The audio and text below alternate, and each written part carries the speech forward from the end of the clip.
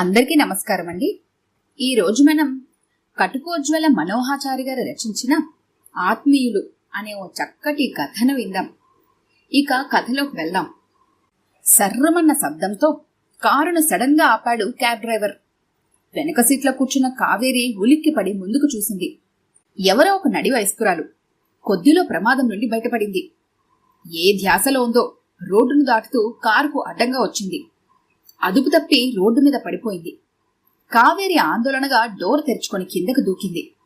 ముందుకురికి పడిపోయిన ఆమెను పైకి లేపబోతూ ఆశ్చర్యానికి గురైంది. ఇంకా చీకట్లు తొలగిపోని ఆ వేకువలో వీధి దీపాల వెలుతురులో వెంటనే గుర్తించింది కావేరి. ఆమె సుభద్ర ఆంటీ, కావేరి స్నేహితురాలి తల్లి. ఆంటీ, మీరా? ఏమైంది ఈ టైంలో ఇలా? ఆందోళన ఆశ్చర్యం కలగలసిన గొంతుతో ప్రశ్నించింది కావేరి. సుభద్ర సర్దుకుంటూ లేచి నిలబడింది. చిత్ర ఆసుపత్రి అంటూ రోడ్డుకి ఆవలవైపు చూపిస్తూ అలజడితో ఉన్నదాన్లా మాటలు వెతుక్కుంటుంది. క్యాబ్ డ్రైవర్ కారును పక్కన నిలిపి తమ వైపే చూస్తున్నాడు. కావేరికి అర్థమయ్యి కానట్టు అనిపిస్తుంటే ఆమెను పక్కకు తీసుకెళ్లి గద్దపైన కూర్చోబెడుతూ, దెబ్బలేమైనా తగిలాయా ఆంటీ అంది. ఆమె లేదన్నట్లు తల ఆడించింది. ఆమె స్థిమిత పడేదాకా ఆగి, చిత్రకేమైందంటీ? ఇంత పొద్దున్నే ఎక్కడికెళ్తున్నారు అడిగింది నిదానంగా. సుభద్ర మొహంలో బాధాపూరితమైన మార్పు చోటు చేసుకుంది. అప్పటికి కోలుకున్నదాన్లా, కావేరి వచ్చావా? నాకు తెలుసు నువ్వు వస్తావని.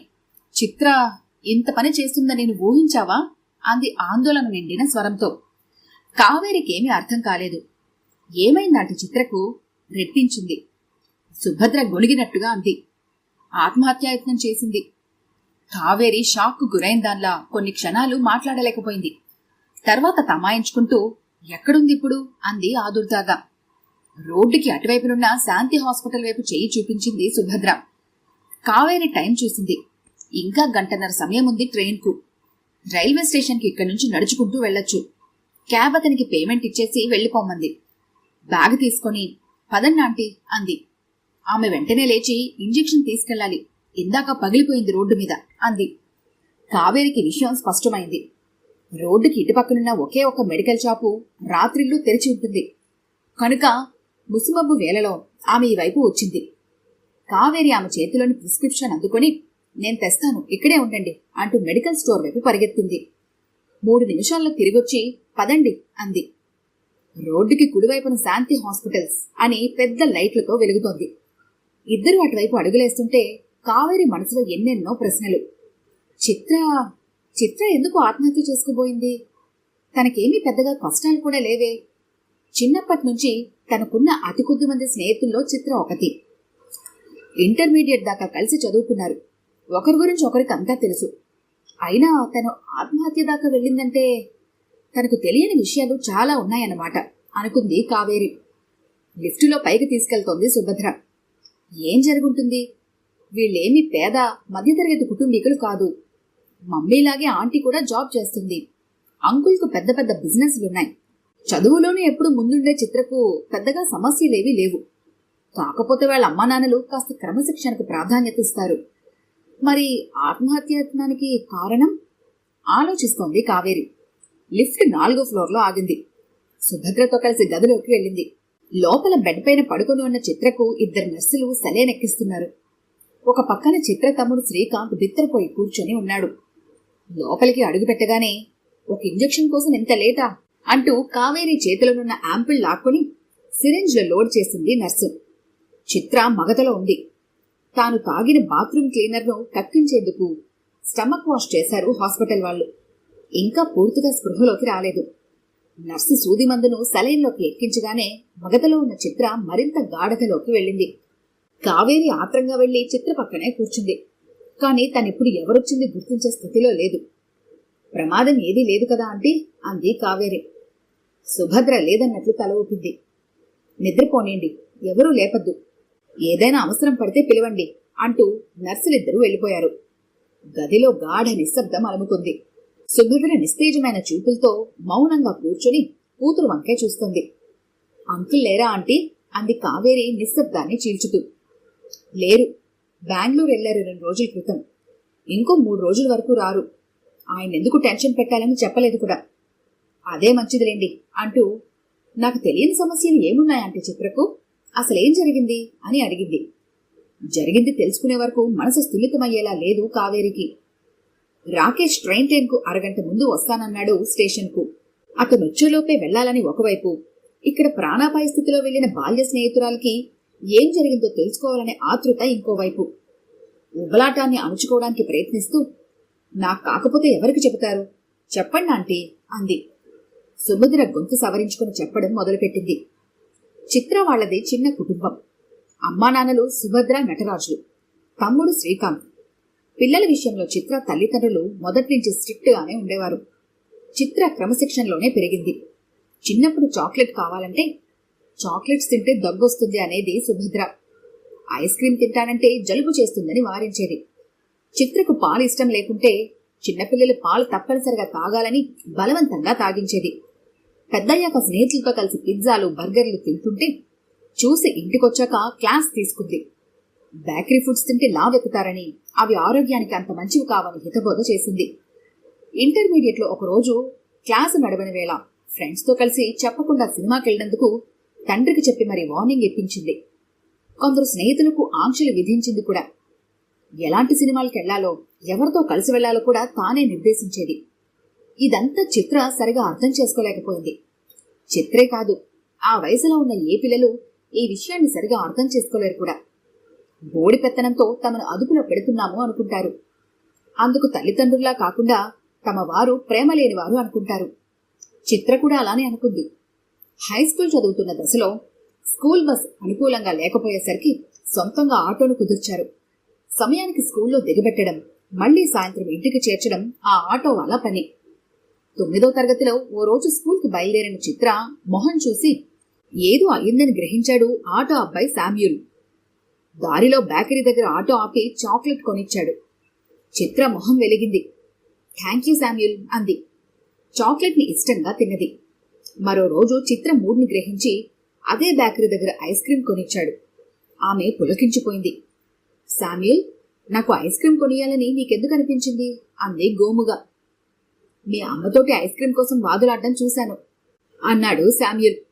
చిత్ర మొహం అదోలా పెట్టి, ఏమో శామ్యూల్, సొంత కూతురికి ఐస్ క్రీం అడిగితే కూడా కొనియని పేరెంట్స్ నాకే ఉన్నారు అంది బాధపడిపోతున్నట్లు. పోనీలే చిత్ర, గంతదానికి బాధెందుకు, నేనున్నాను గదా, నీకేది కావాలన్నా చెప్పు, నే కొనిస్తాగా అన్నాడు. ఆమెకు హాయిగా అనిపించింది ఆ మాట. తన ఇష్టాలను గుర్తించే వ్యక్తి ఒకరున్నారు అనుకుంది. ఆ రోజు నుండి వస్తూ పోతున్నప్పుడు చాక్లెట్లో, కేకో, సమోసానో ఏదో ఒకటి అతను కొనియటం, చిత్ర తీసుకుని సంతోషపడటం జరుగుతూ వస్తోంది. కాలక్రమంలో వాళ్ల మధ్య స్నేహం బలపడింది. ఇంటర్మీడియట్ చదువుతున్నప్పుడు సెలవు రోజు చిత్ర తన స్నేహితులతో సినిమాకు వెళ్తానంది. తల్లి వద్దంది. పరీక్షలు దగ్గరికి వస్తున్నాయి, సెలవు రోజు ఇంట్లో చదువుకోవాల్సింది పోయి సినిమాలేంటి అంది. ఆ రోజంతా చిత్ర బాధపడుతూనే ఉంది.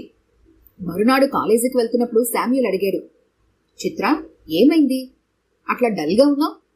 ఎవరికో ఒకరికి తన బాధ చెప్పుకోవాలి అనే తపనలో ఉన్న చిత్ర ఇంట్లో తనని సినిమాకు వెళ్లకుండా అడ్డుకున్న విషయం చెప్పింది. ఓస్ అంతేనా, నీకు సినిమా చూడాలనుందా, నేను చూపిస్తాగా అన్నాడు. ఆమె ఉత్సుకతగా ముందుకు వంగి, నిజమా, అదెట్లా సాధ్యం? సెలవు రోజు బయటకు వెళ్ళనీయరు కదా మమ్మీ డాడీ అంది.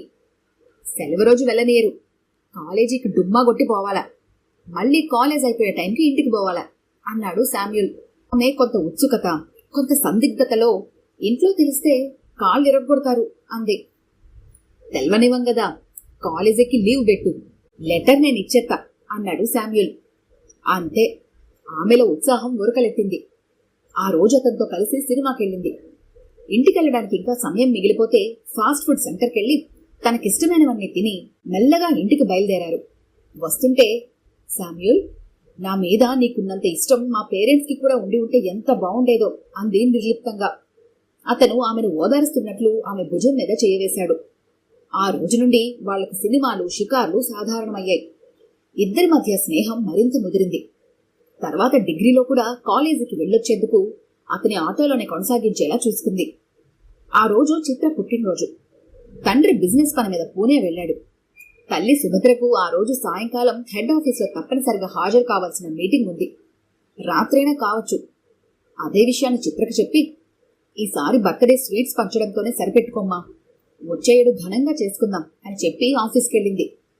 అది విన్న శామ్యూల్ ఆ రోజు సాయంత్రం కాలేజీ నుండి ఆమెను ఒంటరిగా ఉంటున్నా తన ఫ్రెండ్ రూమ్కి తీసుకెళ్లాడు. అప్పటికే అక్కడ పెద్ద కేక్తో సహా బర్త్డే ఏర్పాట్లు చేసి పెట్టాడు. రూమ్లో వాళ్ళిద్దరే తప్ప ఫ్రెండ్ కూడా లేడు. చిత్ర ఉబ్బి తబ్బిబ్బైపోయింది. తన కోసం ఇంత గ్రాండ్గా బర్త్డే సెలబ్రేట్ చేస్తున్న ఈ మనిషి తనకేమవుతాడు? తన తల్లిదండ్రులకి లేని పట్టింపు ఇతగాడికి ఎందుకు? తనంటే అంత ప్రేమ? తనకు చిత్రంటే ఎంతిష్టమో చేతలతో చూపించాడు అతడు. ఆమె చేతిని పట్టుకొని పక్కనే ఉండి కేక్ కట్ చేయించాడు. తన స్వహస్తాలతో తినిపించాడు. మనసులో పొంగి పొర్లుతున్న ఆనందంతో ఆమె కూడా కేక్ ముక్కను అతని నోట్లో పెట్టింది. ఇద్దరి హృదయాల్లో చెప్పరానంత ప్రేమ పెల్లుబికింది. అతనన్నాడు, ప్రతి సంవత్సరం ఇట్లా నీ బర్త్డే నేనే పక్క నుండి చేయాలనిపిస్తుంది. నాకు నీ పక్కనే బర్త్డే జరుపుకోవాలి అనుంది. అంతే. ఆ ఆనందంలో, ఆవేశంలో ఇద్దరి మధ్య హద్దులు చెరిగిపోయాయి. శామ్యూల్ని విడిచి ఉండలేని స్థితికి వచ్చింది చిత్ర. ఇంటికి వెళ్లేసరికి రాత్రైంది. అప్పటికే ఇల్లు చేరిన సుభద్ర రుద్రతాండవం చేసింది. ఆటోవాడితో స్నేహం గురించి తమ్ముడు తల్లికి చెప్పాడు. అగ్గి మీద గుగ్గులమైన తల్లి కూతుర్ని ఎడాపెడా బాధింది. ఆటోవాణ్ణి ఏమైనా అంటే తమ పరువే పోతుందనే భయంతో అతని మళ్లీ తమ ఇంటివైపు కన్నెత్తి చూడొద్దని హెచ్చరించి సాగనంపింది. తల్లి చేతిలో చావు దెబ్బతిన్న చిత్ర రాత్రంతా ఏడుస్తూనే ఉంది. తెల్లవారి నుండి ఆమె దాదాపు గృహ నిర్బంధానికి గురైంది. భర్త రాగానే ఇద్దరు కలిసి చర్చించి చిత్రను కాలేజీ మాన్పించి వేశారు. ప్రైవేటుగా డిగ్రీ రాయించాలని నిర్ణయించారు.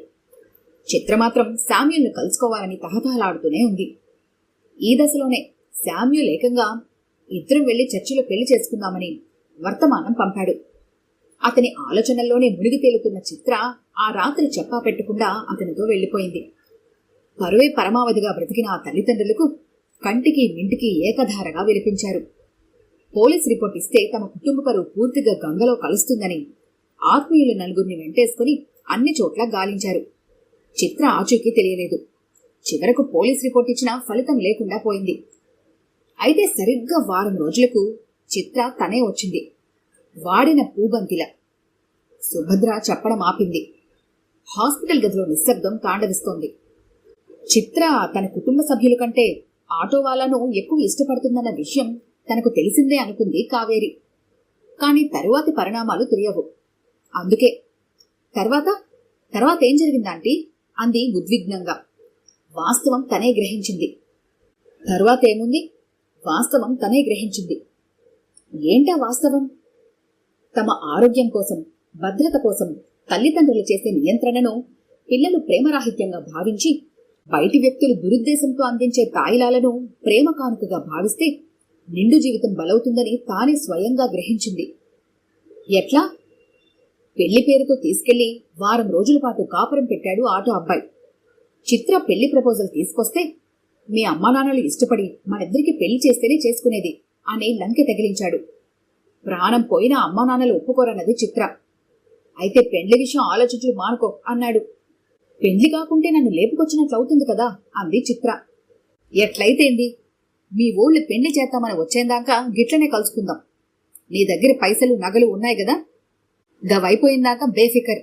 నాకా ఉద్యోగం చదువు లేవు. మీ ఓళ్ళని కాదని లగ్గం చేసుకుని మనం బతికేదట్ట? నీకు కావాల్సింది నేనా మా వాళ్ళ? ఉత్త నువ్వు కాదు, మీ అమ్మా నాన్నలతో కలిసిన నువ్వు. అతను నవ్వాడు. చిత్రకు వాస్తవం అర్థమైంది. అతనిది ప్రేమ కాదని, కేవలం స్వార్థమని గ్రహించిన వెంటనే అతన్ని కాదని వచ్చేసింది. వివరంగా చెప్పింది సుభద్ర. గాఢంగా నిట్టూర్చుంది కావేరి. మరి అతని మీద పోలీసులకి కంప్లైంట్ చేయలేదా అంటే? ఏంటి చేసేది? తప్పు చిత్రవైపు కూడా ఉంది కదా. అది సరే, తప్పు తెలుసుకుని ఇంటికొచ్చింది కదా. మరి ఈ ఆత్మహత్య ప్రయత్నం ఎందుకు? కావేరిలో సందిగ్ధం అట్లానే ఉంది. సుభద్ర చాలాసేపు మౌనంగా ఉండిపోయి నెమ్మదిగా అంది. చిత్ర గర్భవతని తెలిసింది. కావేరి ఉలిక్కిపడింది. కాసేపు ఏం మాట్లాడాలో అర్థం కాలేదు. తర్వాత సంశయిస్తూనే అంది. ఈ పరిస్థితుల్లో అతనితో పెళ్లికి ప్రయత్నిస్తే ఎట్లా ఉండేదాంటి? అతనికి ఉద్యోగం లేకున్నా మీరే ఏదన్నా దారి చూపించి తర్వాత ఏం మాట్లాడాలో తెలియలేదు. కావచ్చు, కాని అతనికి అప్పటికే పెళ్ళయింది. బాంబు పేలినట్టు అదిరిపోయింది కావేరి. ఏంటి? పెళ్ళైన వ్యక్తి ఓ చదువుకున్న అమ్మాయితో ప్రేమ వ్యవహారం నడిపాడా? పెళ్లి చేసుకుందామని పిలిచి 4 రోజులు కాపురం చేసి వదిలేశాడా? అయినా వదిలేసింది అతడు కాదు, చిత్ర అతన్ని వదిలించుకుని వచ్చింది. మరి వదిలించుకోక అమ్మా నాన్నల ఆస్తితో కూడిన చిత్ర కావాలంటాడా? అతడెంత అవకాశవాది! ఒక ఆటో వాళ్ళను నమ్మి బయటకు పోతే సరైన గుణపాఠమే నేర్పాడు. మరి దీని ద్వారా ఏమర్థమవుతుంది? నియంత్రించిన పిల్లలకు ఒక దశ వరకు తల్లిదండ్రులే అసలైన భద్రత అని కదా. అయినా చిత్ర ఎంత తెలివి తక్కువ పనిచేసింది అనుకుంటూ ఉలిక్కిపడిన కావేరి, మరి తను చేస్తున్నదేమిటి? ఒక కారు డ్రైవర్తో లేచిపోవడానికి సిద్ధపడింది. పెంపకంలో అమ్మా నాన్నలు అనుసరిస్తున్న నియంత్రణను బంధనంలా తనింటి కారు డ్రైవర్ ప్రదర్శిస్తున్న ఆసక్తిని ప్రేమగా భావించింది. అతడందించే తాయిలాలకు మురిసిపోయి తల్లిదండ్రుల కంటే అతడే ఆత్మీయుడు అనుకుంది. అతడు స్మార్ట్ ఫోన్ కొనిస్తే తీసుకుంది, సినిమాకు తీసుకెళ్తే వెళ్ళింది. చివరకు అతనితోనే ప్రేమలో పడింది. అమ్మా నాన్నలు పెట్టే ఆంక్షలు కాస్త ఎక్కువ అయి ఉండొచ్చు, కానీ తమ పిల్లలకు ఎప్పుడు ఏది అవసరమో ఏది అవసరం కాదో తల్లిదండ్రులకు తెలిసే ఉంటుంది. ఏది చేసినా అదంతా తమ భద్రత కోసమే కదా. తన మీద వాళ్లకున్న బాధ్యత ప్రేమ అని గుర్తించకుండా తామిచ్చే జీతం మీద ఆధారపడి బ్రతికే వ్యక్తితో తను వెళ్లిపోవడానికి సిద్ధపడింది. అతనెట్లాంటివాడో, అతని కుటుంబ పరిస్థితులేంటో తెలియదు. అతడు తనను ఎట్లా పోషిస్తాడో తెలియదు. అయినా కొద్ది నిమిషాల్లో అతనితో కలిసి బతకడానికి రైలెక్కబోతోంది. గదిలో గడియారం 6 గంటలైనట్లు చూపిస్తోంది. వెళ్ళాలి. కావేరి లేచి వెళ్లి సుభద్ర కన్నీళ్లు తుడిచింది. ఏడవకండాంటీ, అంతా మన మంచికే జరుగుతుంది. చిత్ర కోలుకున్నాకొస్తాను ధైర్యం చెప్పడానికి అని నెమ్మదిగా బయటకు నడిచింది. లిఫ్టులో కిందకు దిగుతుంటే సుభద్ర అన్న మాట ఆమె మనసులో పదే పదే ప్రతిధ్వనిస్తోంది. తమ ఆరోగ్యం కోసం, భద్రత కోసం తల్లిదండ్రులు చేసే నియంత్రణను పిల్లలు ప్రేమరాహిత్యంగా భావించి బయటి వ్యక్తులు దురుద్దేశంతో అందించే తాయిలాలను ప్రేమ కానుకగా భావిస్తే నిండు జీవితం బండలవుతుంది. కఠినంగా అనిపించినా ఎంతో వాస్తవం ఉంది అందులో. ఆలోచిస్తుంటే మనసు పొరలపై పరుచుకున్న చీకటి తెరలు క్రమక్రమంగా విడిచిపోతున్నట్లు అనిపించింది ఆమెకు. భవిష్యత్ ప్రపంచం కనుల ముందు లీలగా దర్శనమిస్తుంటే ఎదురుగా వస్తున్న ఆటోను ఆపింది. ఆమె ఎక్కి కూర్చోగానే ఆటో పరుగు తీసింది. అయితే రైల్వే స్టేషన్ వైపు కాదు, కావేరి ఇంటి వైపు. ఈ కథ కనుక మీకు నచ్చినట్లయితే లైక్ చేయండి, షేర్ చేయండి. మరిన్ని ఇంట్రెస్టింగ్ కథల కోసం మా ఛానల్ని తప్పకుండా సబ్స్క్రైబ్ చేసుకోండి.